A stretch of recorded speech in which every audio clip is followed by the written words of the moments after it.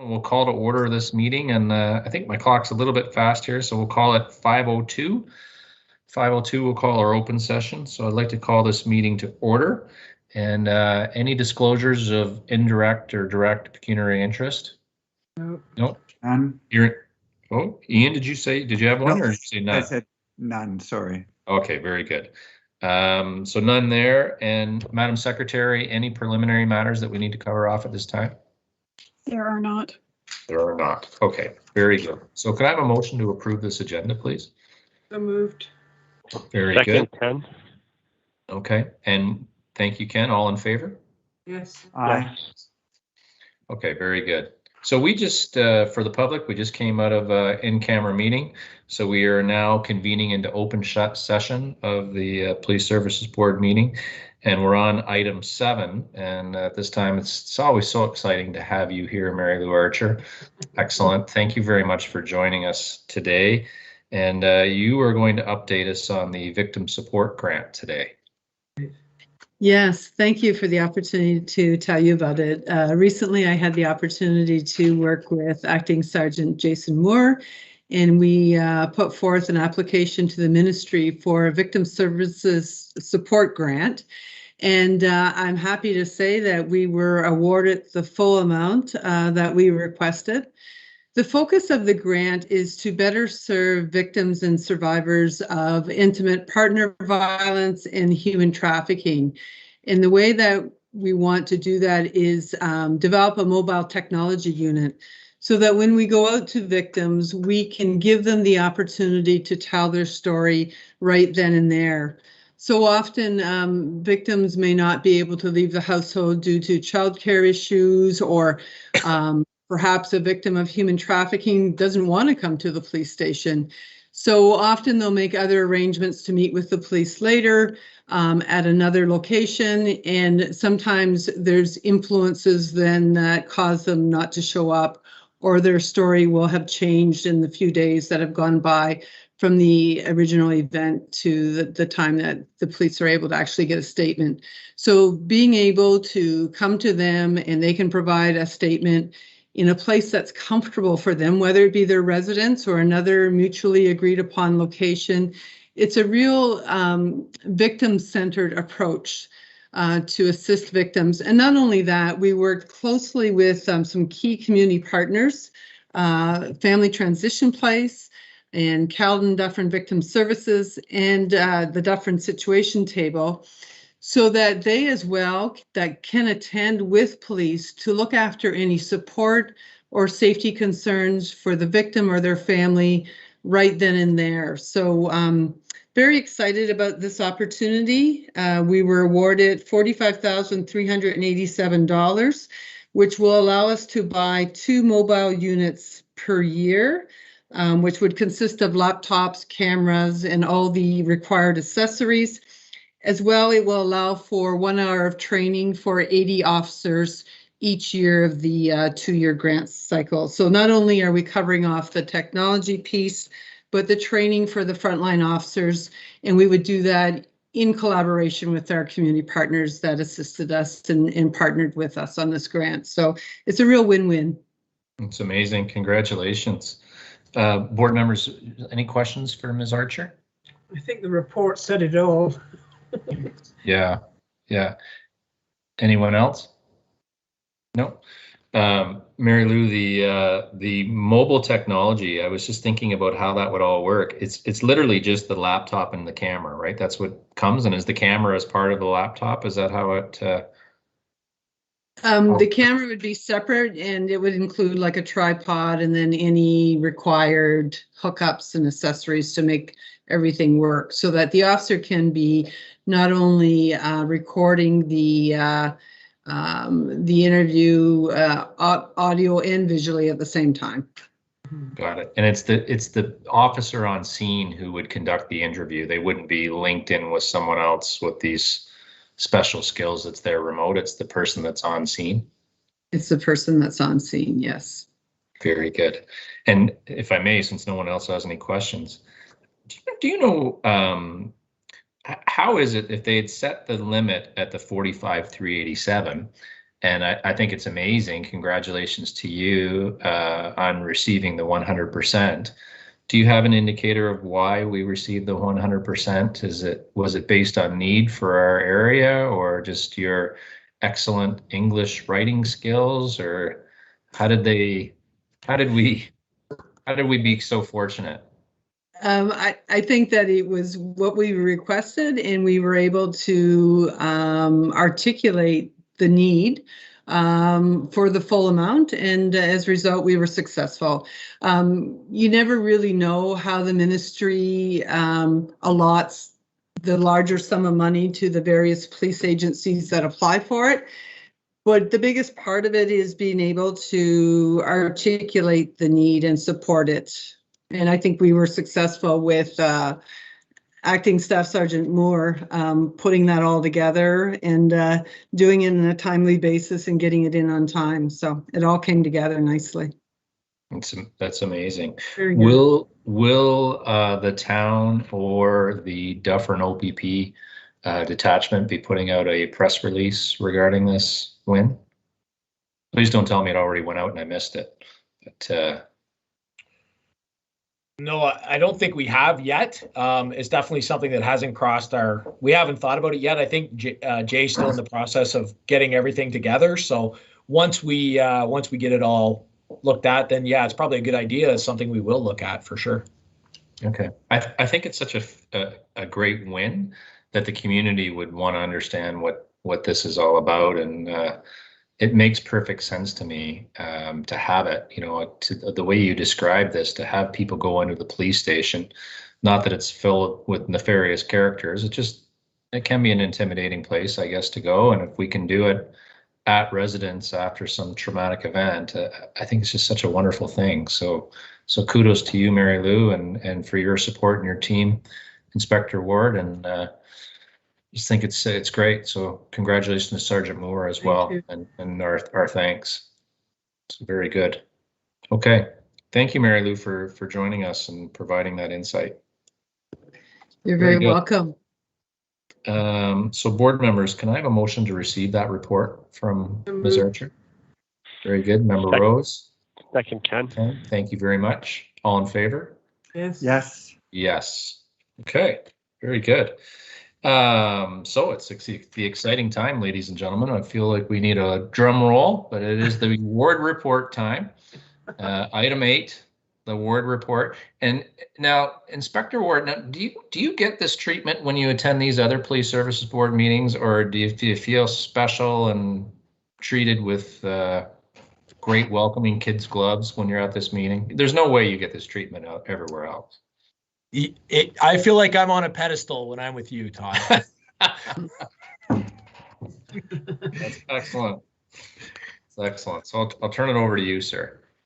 Thank you, Mr. Chair. Am I good to go? You're welcome to stay, Mary Lou. We always love having you, or you're welcome to. I can't imagine what else would be more exciting than the ward report. But, just about everything. I'm going to say goodbye and good night, and thank you. Okay. Good night. Thank you again. Okay. Bye-bye. Did you want to talk about your mustache at all, Inspector Ward, before you go? Like, it's such a benevolent, that we joke about it, but it's such a benevolent cause. Well, it is. I mean, kudos to you and your team. Some of our other detachments within Central Region, kind of a detachment challenge, right? Yeah. And Acting Sergeant Ridgway kind of took on the leadership, the captain role of the team, and organized the team. And as we know, Movember's for Men's Health, and quite a few of the officers have got on board, and we're fundraising and looking for donations. And again, that competitive spirit, and we want to do well. We want bragging rights, but at the same time, I mean, we're doing it for a good cause, right? And that's so that's the fun of it. So yeah, very good. Well, kudos to you and your team. That's excellent. And I'll just say before I start with the report that a good thank you goes out to Mary Lou and Jason Moore. They put a lot of effort into those grants, and as you can see, the success on the 100%, right? We get what we're after, and it's a benefit to the detachment, right? That those systems will be available to help the victims of crime, and it just keeps moving along. That we're getting better and better investigations, and you know, it's through grants like that, and people like Mary Lou who step up and do a good job at it, and know how to articulate it very well, and the end result is a bonus win for all of us, right?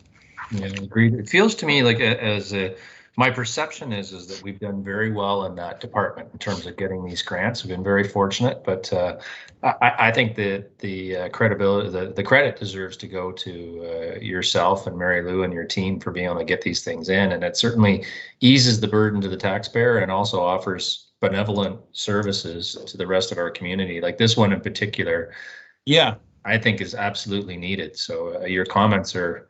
It's gonna be well utilized. Let's put it that way, right? With not so, you know, we have the members on the road, but also our crime units and our street crime units who are all engaged in that whole underbelly, right?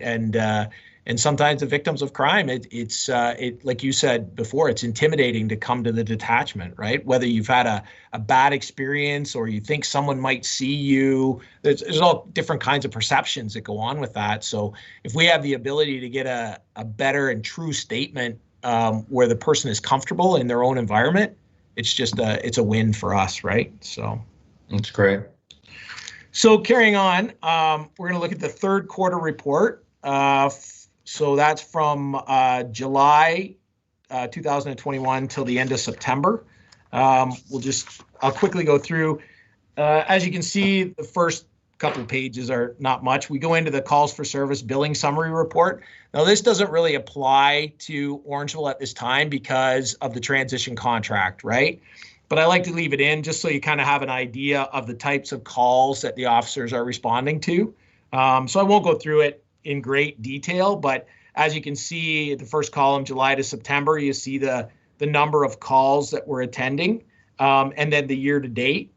So you kind of see what type of calls and how many the officers are dealing with in that period of time. So again, I'm not going to go through everyone and that, but it's just more for your reference as the type of calls that the officers are responding to.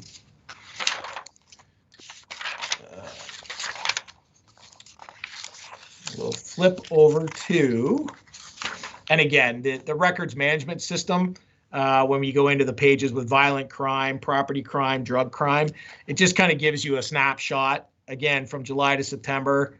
Now it compares to 2020, but that doesn't count, right? So because 2020 wasn't OPP, so we don't have those statistics to make the comparisons.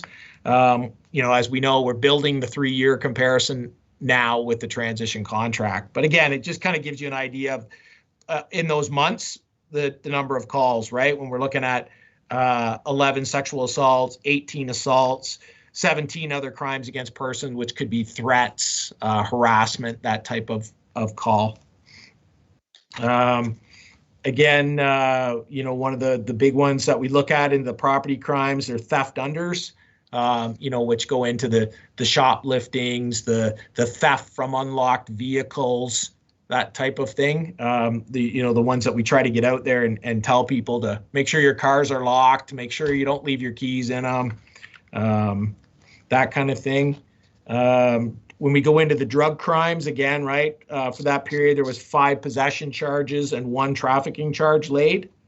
So it's obvious that our street crimes people are engaged and out there laying some charges when it comes to crime within Orangeville. Inspector Worth, if I may, just as a reminder for us all, you just mentioned the crime, and cocaine is always something that interests, but just as a thought, the time standard piece and then the year-to-date weighted hours.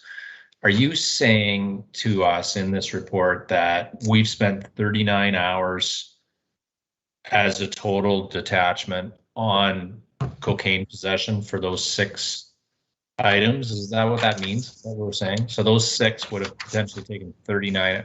I'm sorry, you could use anyone as an example. It's the time standard and the weighted hours. Yeah. So the weighted hours. So the time standard is what the OPP municipal policing has come up with is what it takes from a start to finish investigation. for a cocaine or for whatever, but you would have Right. spent 39, well, the year-to-date weighted hours is how much you've spent to date on Correct. that line item. Correct. I gotcha. Correct. I got it. Is there one on here that frustrates you? I'm sure they all do, but is there something on here that you would say is, boy, if we could nip that in the bud, we could really focus on some other meaty items as a detachment? Well, I mean, going through, there's always the littler things that take up a lot of time, right? When you get into the theft unders and some of the things that could be eliminated by just people locking their cars, right? Right. Those are the kind of things where we still have to respond, and they're kind of they're things that we wouldn't have to deal with if people would kind of move forward on that. There's And lots we of would little see that things. if that's under theft under, or no, or the theft underline, like construction site, bicycles. Right. I mean, in the billing summary, it breaks it down into even different things, right? Yeah. And I mean, and just as a point of reference, when you look at, if you go into the billing summary operational, and it says animals left in vehicle, right? So during that period of July to September, we dealt with 12 calls for service, and to date for the year, 23 calls for service with animals left in vehicles. And we've spent 82 billable hours. 82 billable hours dealing with those calls. Could we just I hate to belabor it, but the line where you're talking about people not locking their vehicles, where would I see that exactly? I know it's under theft under, but what line? So it may not be broken down in this billable report. Okay. 'Cause, The method for my madness is I was thinking, we know as a community that in about a year and a half, we're going to, based on our contract, find out what our billing hours are and then understand what that is. And I think just as a general service announcement, the local politician could call out, hey, here's something that we can all help ourselves on. First of all, we don't want our community policing model dealing with this item, and it can be addressed simply by, being a little bit smarter. So in that case, Mr. Chair, if you look under that billable item, it's theft from motor vehicle under $5,000. It's in the property crimes violation section. Yeah. So during that period of July to September, there were 25. Yeah. Total this year so far till the end of September is 61. Weighted at 6.5, so 396 and a half hours to date, we've dealt with that. So that's frustrating, isn't it? It's, yeah, like, yeah, really, some of those are probably avoidable, right? Okay. So anyway, yeah, moving on from there. One of the big ones you'll see too, and I mean, it's not too bad, but overall, when you look at the mental health, right? To date, well, especially in just the straight mental health, you're looking at 92 calls for service. When you actually get into other, you add into the attempt suicides and the threats of suicides, and like there's a lot of those calls that we're dealing with on a daily basis, right? So I would say, like, again, this is my very probably dangerous talk, but I would feel good about our local police doing that. I think that's what I want you to be doing, right? Is you're helping and looking after people who are vulnerable and maybe can't. So I'd give a check mark to that, right? So this is. Yeah, I mean, those are calls we're engaged in for sure. And those calls just don't involve the police, right? Those are all our partnerships as well, right? With CMHA, DCAFs, the hospital, right? There's a lot goes into those areas, right? Those where we build those partnerships and we rely on those partnerships for the follow-up piece, right? We may get the call to the initial, but we're hoping that by the referrals, that we don't get the second, third, fourth calls to deal with those individuals. Agreed. right? And then that way, that's what, you know, A, we want them to get the help they need, but B, we don't want them to call the police whereby the municipality gets billed for it every time we get a call, right? So, Agreed. Yeah.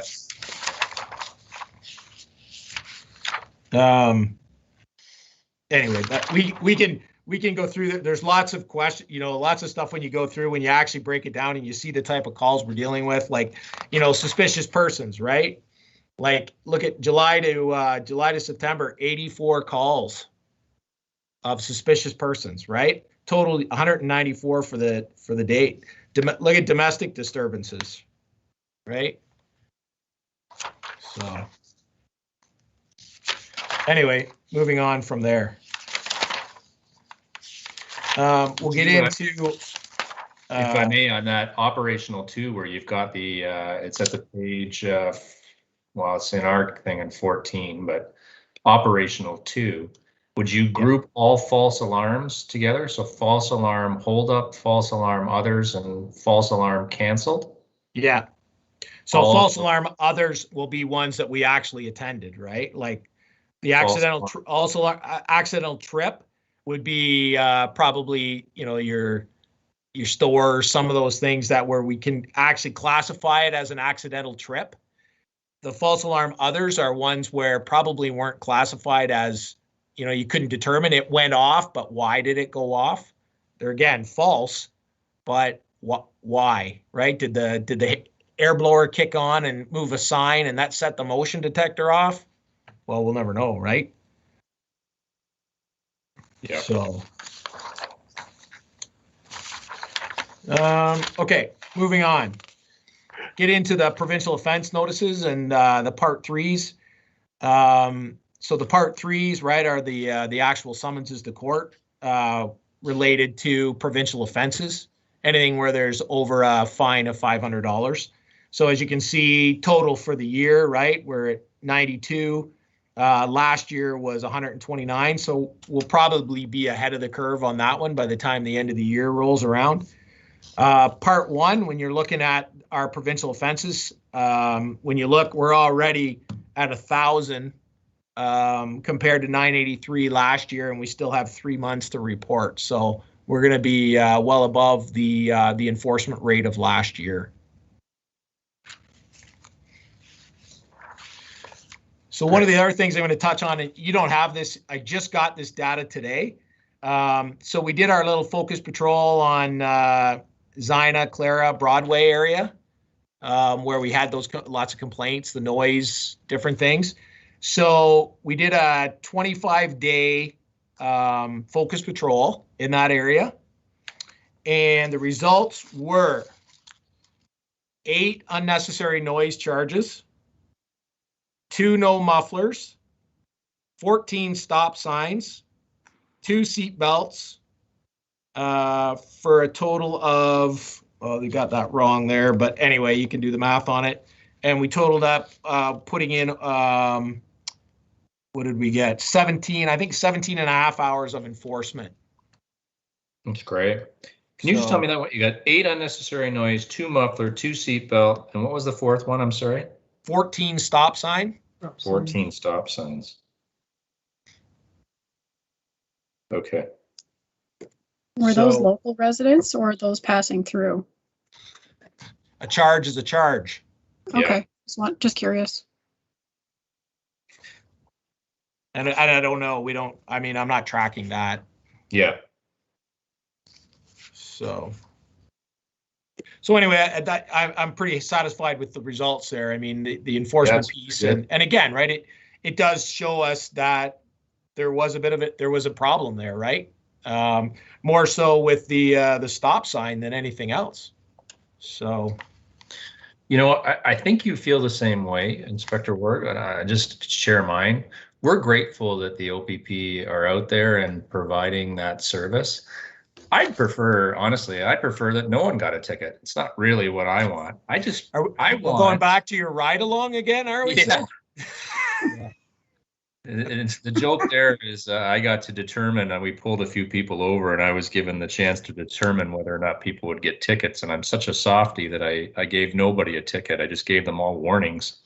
So I'd be a terrible police officer. But I can tell you, on all seriousness, what's great about that is the fact that the police are visible and people are understanding that there may be a potential that I could get a ticket or a potential that I'm doing something wrong. And I think it's just a great reminder. And I know your plans are to focus in on different areas around town, and certainly we're not going to be sharing what those areas are ahead of time. But it's the I always refer to it as the double E, right? Like first we educate and then we enforce, right? And that's our piece. We have to educate the public, and we also do the enforcement piece. So it's not always a heavy hand where you automatically go.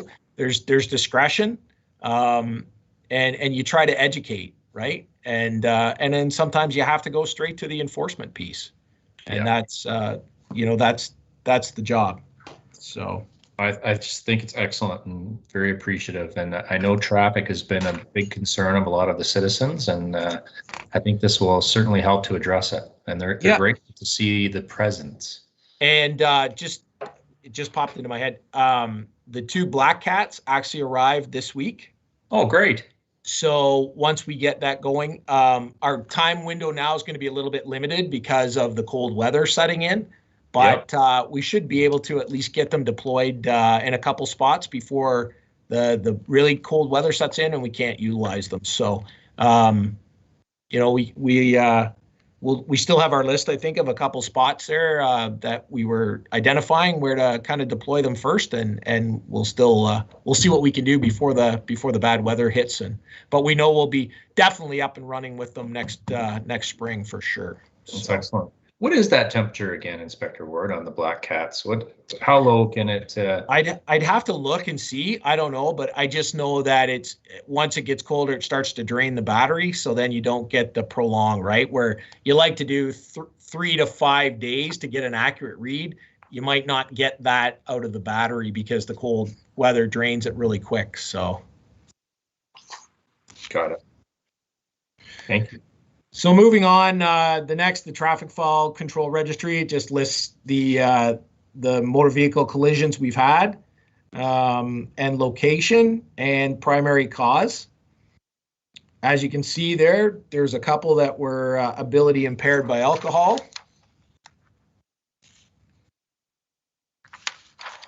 And again, right, when you look at the number of the little chart that just talks about the number of collisions, overall for 2021, we've had 17 non-fatal injuries and 209 property damage collisions that were investigated. Moving into the next is the false alarm registry for July to September. So as you can see, there was 74 false alarms that the officers attended within that period of time. It's interesting. Some of these are repeat offenders as I see it through here. They're listed together. So it's which is always a lot of times the way, right? Especially if your alarm system's malfunctioning or something's off, you're going to get those repeats, right? Yeah. So another good news story I'll just throw out. We did our 1-day criminal record check blitz on the 6th of November. So, it was a success as far as I'm concerned. I think the ladies did 90 criminal record checks that day. So that's a lot between, I believe they started at 9 and went till 2 or 3 in the afternoon. So that's a lot of criminal record checks that they pushed through in one day. So it's a good need for the community, a good chance for some of the minor hockey and different, sports to get in and get things done. And when they can't make it in between business hours or, times doesn't work, we'll look at doing another one maybe in the spring. And then, so they're definitely a benefit for sure. So, and then the other pieces I put in the report, and I'm not going to go through them, but just some of the media releases we've put out over the last 3 months. Again, each of you can see them and see the type of stuff that we've put out in the media dealing in strictly in Orangeville. So just some, good news stories and some charged stories. It's kind of nice to see. So I have a question about that section. Yes, please, Mary. Inspector, I was asked recently, and I'm going back to your statistics about sexual assaults and so forth, and I wondered, or the person wondered, what the OPP position is on naming the accused person that charges were laid, or is a person only named if they were found guilty? Yeah, usually we don't want to put anything out that's going to identify the victim, because at that point we're re-victimizing the victim, right? So a lot of times you won't see names put out in the media. This was more to do with the name of the accused person being named. But the name of the accused person can sometimes still identify the victim. So a lot of times they won't do that. Okay, thank you. Yeah. And I mean, I'm not up on all the rules and regulations as far as what our media people do and don't do. That's why I have a media officer. But, I know for a fact that a lot of times we don't identify the accused in a sexual assault investigation because it could lead to someone recognizing, oh, well, I know him, and we just don't want to re-victimize any victims, right? Okay. Especially in those traumatic type of occurrences. Thank you. And pending any questions, Mr. Chair, that's my ward report. That's excellent. I really enjoy just this feedback. It's super interesting to go through some of these things, and my thumbs on, like, I can already see a discussion with council still. Now, we wish the deputy mayor well, and he can't make this meeting, but he and I agreed that we would bring the false alarms to council. But I also think that the public should be aware about the, there's other things here too, that there's ways that we can have our resources, our treasured resources, doing other things. And if it meant not having to rescue animals out of a vehicle or go after false alarms, and you could be doing other things that are more productive in the community, I mean, I'd certainly be grateful to have that. So that's the message that I'll be sending out. And that's one of the things, like with the OPP, with some of the frontline support stuff. And I know it's kind of new to the Orangeville area, like certain calls, the communications center will deploy to frontline support, which is, basically over the telephone. If there's no evidence, there's no suspect, there's different things, it's considered a minor thing, then people will get a follow-up phone call. And it doesn't always happen immediately, right? So then we get those complaints that come in from the public saying, well, the police were slow, or I never heard from anybody. And you have to try to explain to them, I know everybody thinks their problem's an emergency, but at the end of the day, our resources are better deployed doing other things in the community than, dealing with the, I don't want to minimize anybody's problem, but some of the stuff that doesn't need an actual uniform officer to attend to. And so that's where this frontline support unit comes into play.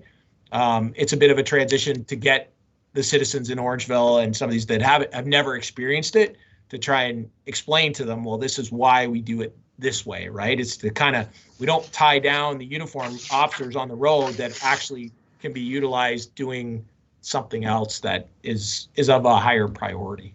That's great. Okay. Any other questions for Inspector Ward on this? No? Okay. Thank you very much. Sir, I was just wondering how Ian's ride along went. I haven't got debriefed on that. Oh. So I'm going to do it again. Stan Wesley and I had a great time. We were out for about 2.5 to 3 hours, but not much was happening. And although I did get to hang out in the patrol room and chat with a number of officers, which was great, didn't get much in the way of roadside experience like Todd did. There just wasn't much going on. But I gotta say, I know we're in public, but I have to say that I was impressed by the officer that I was with. Sergeant Wesley is intelligent, articulate, and dedicated officer from what I saw, certainly. Oh, very, very much so. You nailed it right on the head with him. Yeah. So we now know a lot about each other. We had great conversations. Yes, And, he's a deep thinker, that's for sure. oh, he's terrific. I mean, I just got along with him so well. It was great. You know, the only thing that I would add above and beyond that to Inspector Ward was, so I would say the whole platoon as well. I actually got to go on a call with Sergeant Wesley and another officer as well, and the care and concern that was demonstrated. And the thing that struck me the most was when we were dealing with someone who had a crime committed against them, and I'm trying to be as generic as possible because I don't think I want to talk about the absolute incident. But the officers who were, you know, these are fit, in shape people in uniforms and can be intimidating. They arrived at the scene and they said, "Hello, my name is Todd," you know, and spoke to them like human beings, and really was disarming right away, and made it very friendly. And we're here to help was the feeling. It was nice to see that, and for someone who hasn't been involved in a lot of crime in my life. I haven't, knock on wood, been the recipient, nor have I committed, at least knowingly. It was nice to see that and be able to view that. It was very human, which I think is what we want, right? We want those people who are helping us in a time of need to treat us respectfully, and it was very well done. Absolutely, and I appreciate you saying that. And I'll tell you, I've worked in a lot of different detachments, a lot of different units throughout the province, and you know, I'm not just saying this because I'm, you know, the inspector here, but this Dufferin OPP has a great bunch of people. They're a really good bunch. They care. They take their job serious when they have to, but they also have some fun while they're here. And the end result is good morale, and the citizens get the best of them. And that's I've seen that from the day I got here. And again, I'm not just saying that. I've seen a lot of different places, and this is a good place. The police here really do care. Yeah, well, that was certainly apparent for me, and I'm sure you saw the same, Member McSweeney. I did. Okay. Very good. So can we have a motion to receive, or I apologize now, guys, I've thrown off here, but I don't think we did that. Motion to receive the ward report. Thank you. Yes. Mary? Second, Ken. Thank you, Ken. All in favor? Yes. Yes. Yes. Okay. So that is through item 8, and we're moving on to item 9, and this is the Town of Orangeville traffic counts.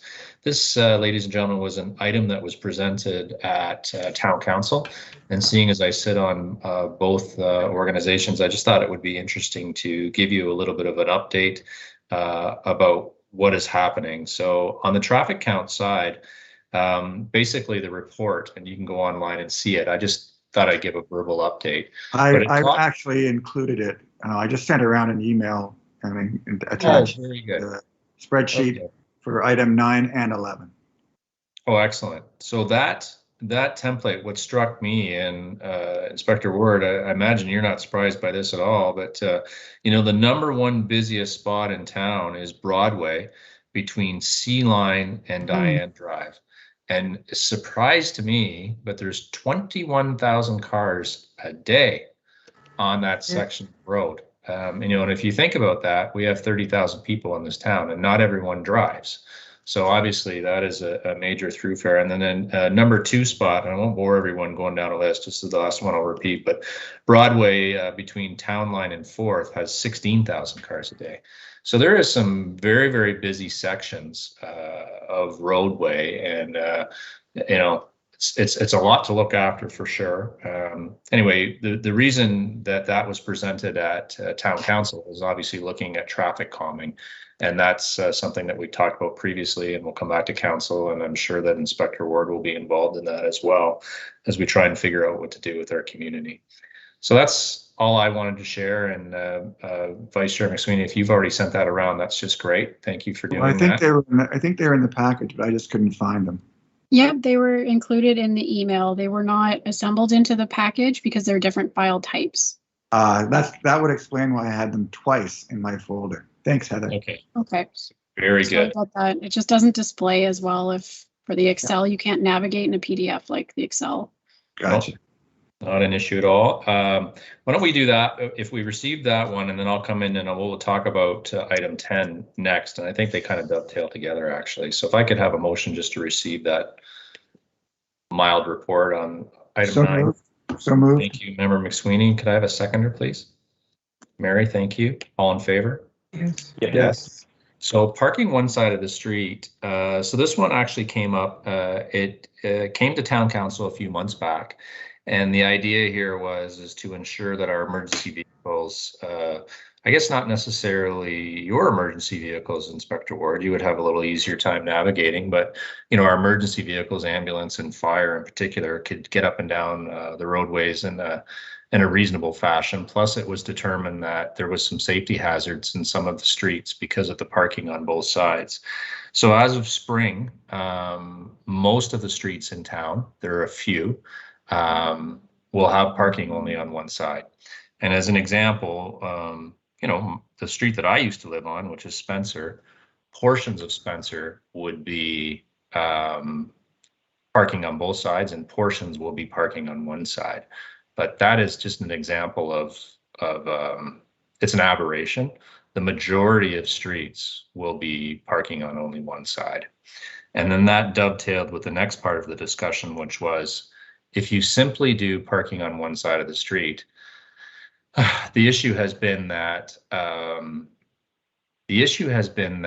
people park for a long period of time and don't park in their driveway and are kind of a nuisance to their neighbors and leaving vehicles for weeks at a time. And, this is causing discussion, and we're having to engage our officers to deal with it and our bylaw officers as well.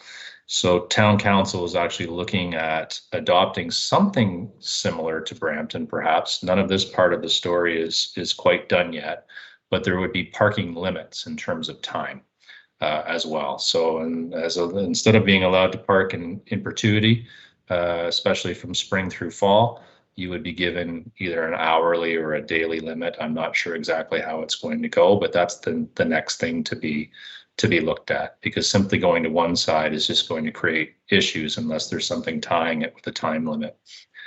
Anyway, that's where council's at. If anyone has any questions or would like to discuss, certainly can, but there's nothing firm other than parking one side of the street at this point. Thank you. Okay. Can I have a motion to receive that report if there's no questions? Thank you, Member Rose. Second, Ken. Okay, Ken. Second, Ken. All in favor? Yes. Yes, very good. This next report is number 11, and it's the POA quarterly reconciliation. Again, I had an interesting debate, ladies and gentlemen, with Vice Chair McSweeney about why we continue to include the POA report. It's really nothing to do with this board. We simply receive it each time. It's not something we have influence over. It's just an information item for each of you. I would continue to say that the pandemic has hurt the revenues over at the courts, and that's why they're low.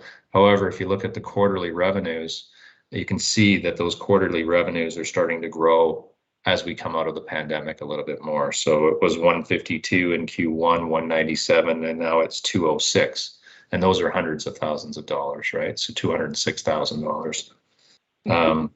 That's what I would consider to be the important piece of that at this point in time. But again, this board has no influence over that. It's just a matter of receiving it. Is there any comments the board members Mr. Chair, just to clarify, I mean, I would suspect that most of these, or if not all of them, are highway traffic related incidents. I mean, to the extent that the police provincial offense provisions are included in legislation throughout the province in a variety of different statutes and different regulated sectors. But in terms of what the OPP enforces, I think the POAs are primarily highway traffic offenses. Am I right, Terry? Yeah, I would say the highest percentage would be Highway Traffic Act I mean, you get into some Liquor License Act and some of the insurance acts, but your high end will be the Highway Traffic Act. Right. And yeah, okay. So thanks. So just with that clarification, Mr. Chair, I just wanted to add that to your description of our conversation. Oh, I appreciate it. I think, to me, we'll continue to include it. It's sent to me. I think it's interesting for the board, but again, we wouldn't have much influence on this other than to receive it. So I think, given that statement, unless someone else would like to speak to it, I'll just ask for a motion to receive the report. So moved. Member Rose, thank you. Second, Ken. Second, Ken, Second, thank Ken. you. All in Yep. favor? Yes. Yes. Yes. Okay, so this next item, item 12, is the service standards. It's for the January meeting. And in my mind, what we wanted to do is align on dates of when reports need to be submitted so that this meeting comes across, as fluid and as seamless as possible. And we're not creating extra work for each other, and all the protagonists are informed, and we're just being very crisp and professional about the way we conduct these meetings. So we do have a template in place that lists the number of days, but I believe that our secretary, Heather, you were going to put together a key list of each date for the month of January and send that out. Is that correct? Yes, it will be. Okay. And when are you going to do that? Just post the meeting, or what's your thoughts? When will board members receive that? So is it to board members? I thought it was just between yourself, the vice chair, and I. I think copying board members so they can see what the process is would be just fine. Okay, because those were, when we talked, those were to be meeting invitations. Yes, but will you not also put together like last time when for November, for example, we got a list, Okay, like hey, on day 1 you're going to do this, day 2, but they were actual dates. okay. So, Mr. Chair, if normally when we go into public, we have finished or gone a fair ways into our closed meeting, that's not the case today. The service standards are in fact on our closed agenda.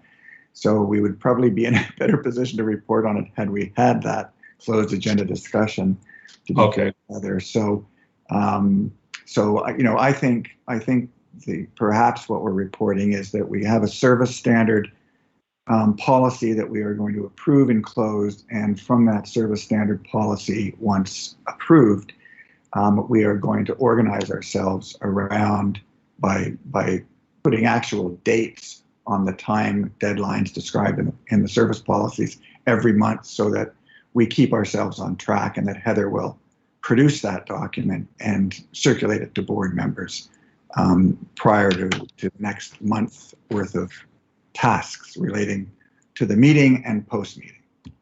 Mhm. That's just great.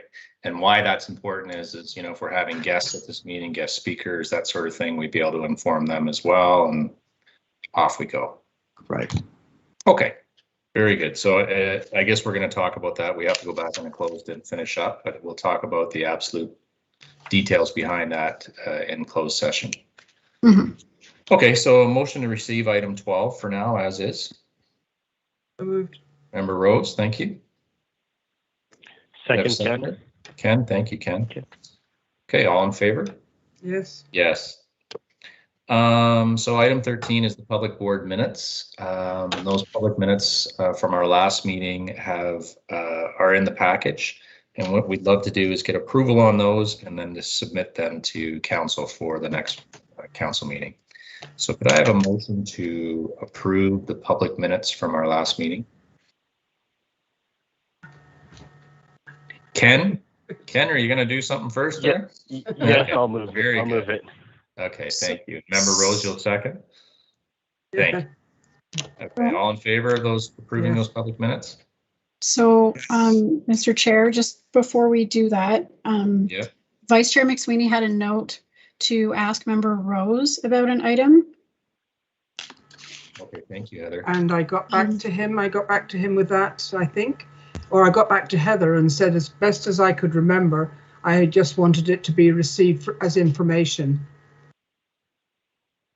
Okay, So are you comfortable then, Member Rose, with the meeting minutes the way they appear today? No, because it needs that little bit it put in there about what I was supposed to say as Okay. amended. Yes. So we should establish that in this meeting then, if they're appearing differently on the meeting minutes, right? Okay. So Can as we- amended, if Ken agrees. Okay, and sorry, are you able to be a little more overt and describe that? Not in the least. No? I had a hard time even remembering what I would have said that night. I read through what we had and I just said, well, as far as I can So remember, Heather- I just wanted it to be received as information. Okay. Member McSweeney, did you have something to add there? I just, can someone direct us to what item number we're talking about in the October 19th public minutes? Yes, it is item 18 related to false alarms. And So we we had had received enough- all that we had- information and that's why I just, as received as information. Okay. So I'm just going to say Member Rose recommended matter be taken as information. Received as, sorry, be taken as, and then so I'll just, the matter be received as information. Yes. I did get back to you, but I obviously didn't do it right. But I wasn't clear on that, so because you didn't recall, so now we have it. It's best to get the clarification here before we approve, so. Yeah. Okay, so I think we should try this again and approve the meeting minutes as amended then. Can we do that now? Could I have a motion to approve the meeting minutes as amended? So move. Ken again? Very good, Ken, thank you. And second, Seconded. Mary, thank you. All in favor, approving the Yes. public minutes? Yes. Yes. Ken? Yes. Yes, thank you. Okay, so item 14, website review. And this is just a little bit of an update on how we're doing with the Go Live. I think you're waiting on at least one member to still send a picture to you, and that would be yours truly. Haven't done Yes. that. Please, if we could get the chair's glamour shot, and the vice chair's photo is quite poor quality, so it's very pixelated. Is Well, that it might- the that picture might have- itself? That might have nothing to do with the camera and everything to do with the subject. I Yeah. think it is, and I think we could get a better photo of the two of you, perhaps. A dedicated one sent directly, not a snippet, and then I'll be ready to Okay. post. Very good. And how are we doing with all the other updates on there, Heather? Is there anything else you'd like to offer? So everything is really ready to go. I just want to wait until I just do one final update. So if we can get a couple of really nice photos on some plain background of the two of you, that would be great. And then I can hit the button and I'll review everything that I've done and then post. Okay. And So- are the meeting minutes all up to date on there at this time? If they're not posted up, they're in a folder and I'll upload them. Okay. Board members, feel free to weigh in on this as well, but is there a way, I mean, I know you're waiting for pictures, but could you upload the meeting minutes to that site while we're waiting for that? Yep, and I've been doing that incrementally, but I'll do the next year's worth of them. So I'll Okay. go back and do 2020 and then 2019. Okay. It would be tough reading, but at the same time, I just want to make sure we're transparent to everyone and we're up to date and have those things posted for the public. Mhm. Okay. Very Heather, good. just before we leave the topic of photos, what are you doing? Just headshots, or are you doing? Yes, just headshots because we can't get the group together for a group photo unless that's permitted now. I'm not entirely sure it's permitted without masks, so So just you're headshots not. would be great. Okay, so you're just going to clip the head out of the photo using Photoshop or something? Yep, yeah, I'll just scale it and then put a picture of each of you and then your bio underneath. I'm asking because Chair Taylor wants to be wearing his Neil Young outfit. To no avail, unless we both wear the grunge shirts. Yes. So as long as the two of you have had haircuts and you don't have the COVID hair of last year, then I think we'll be good. Be good. We're good to go. Okay. Very good. So are you thinking, just one last clarification, because as the council member on here, I know council is interested. I just want to make sure I grasp it. Are you going to have those up kind of in the month of November, Heather? Or is that what you're thinking? Yes, yeah. So if Okay. you want me, I'll just roll them out very shortly. That's fine. That would be great. Okay. Thanks very much. Okay, so motion to receive the website review update. So moved. Very good. Second. Rose Ken? and Second, thank Ken. you all in favor. Yes. Yeah. Yes. Okay. So we've got the board is up to date and submitting, yes. And then it's the adoption of the previous. I thought we just did that, the previous board meeting minutes. I'm sorry, Madam Secretary. Am I confusing 13 and 15? You did it out of order, but we're caught up now. We're now Out on- of sequence, so now just the Okay, expenses. Okay. so it's the public board minutes that we're on now? No, it's 16. 16. Okay, I'm sorry. Thank you. Yeah, so the board member claims for special remuneration and the semi-annual report. So there is some claims that are submitted here. There was claims submitted for the Dufferin Joint Police Services Board meeting. And then in addition to that, there was the November 4th arbitration meeting that occurred. So there's two claims, and I'm hoping that we can pass those. Could I have a motion to receive that report or approve that report, excuse me? So moved. Mary Rose, thank you. And the seconder? Second, Ken? Second, Thank you, Ken? Ken. All in favor? Yes. Yes. Yes. Okay, Dan, are we a bit early or are we okay for question period? Through you, Mr. Chair, I think we're okay because it's 5:58. So, and there isn't currently anybody on the line. Okay, very good. And 18, 19, 18 and 19 for sure we do not have. There is no correspondence to my knowledge. That's correct. Madam Secretary, beautiful. Reports, none. New business, any new business from anyone on the board? Mr. Chair, I forget whether we dealt with this in closed or in open, but I just had a question about the traffic dampening signs. You recall those signs with the kids with the caption? Oh, yes. Yeah, Yeah, I'm just wondering. I know that we were talking about we were looking at ordering them or determining the costs and seeing whether or not we were going to roll that out either on a limited or more extended basis. I just can't remember how we left it. I think we were hoping to get the contact information from our contact at the joint meeting. And then I guess we would need to make a recommendation to council because council would have to pay for it. Well, maybe that's where it is. It would. You recall McCarthy Signs were the manufacturer of those signs, and I think it was Sarah Culshaw from I forget what township she's from. Melanchthon maybe, and I thought we had a cost estimate. Anyway, it is a council item, so maybe we can leave it for you to raise with council. But wouldn't we want a motion that the board was aligned to make that recommendation to council? Absolutely. Yes. I'm not sure whether we've already done it, but there's no harm in doing it again. I think we should. Maybe just before we do, Inspector Ward, did you have any thoughts on those traffic dampening signs? And these are the ones with the little kids standing by the side of the road.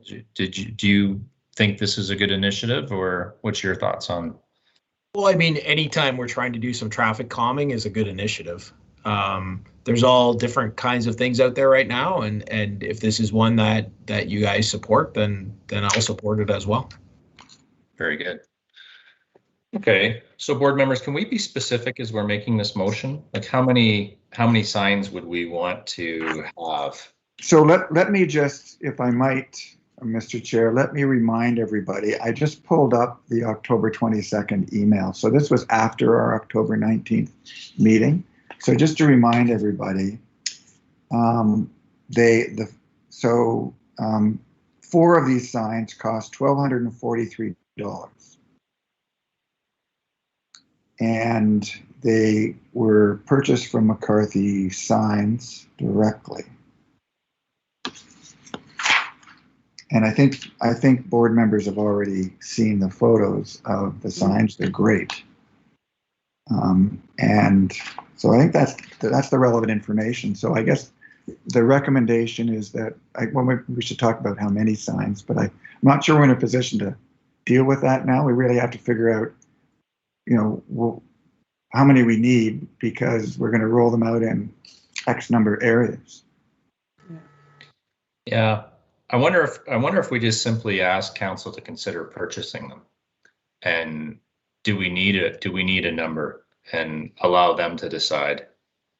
And maybe they want to roll them out on a pilot basis on. I think that's a better idea. Streets and see what happens.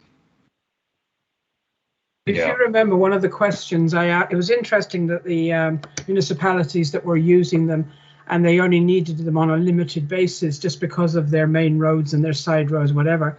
And I asked the question, then what would you do on Beeline, which has 3 schools?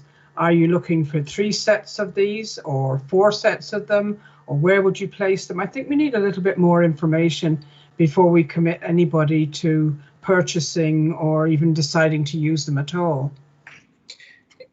Do we, Member McSweeney, do you have there was a gentleman on that call that was spearheading it, or Inspector Ward? Would you happen to remember which member of that? Al Blundell. Al Blundell, thank you. The chair of Melanchthon. That's right. And so this follow-up email was from Sarah Culshaw in Melanchthon.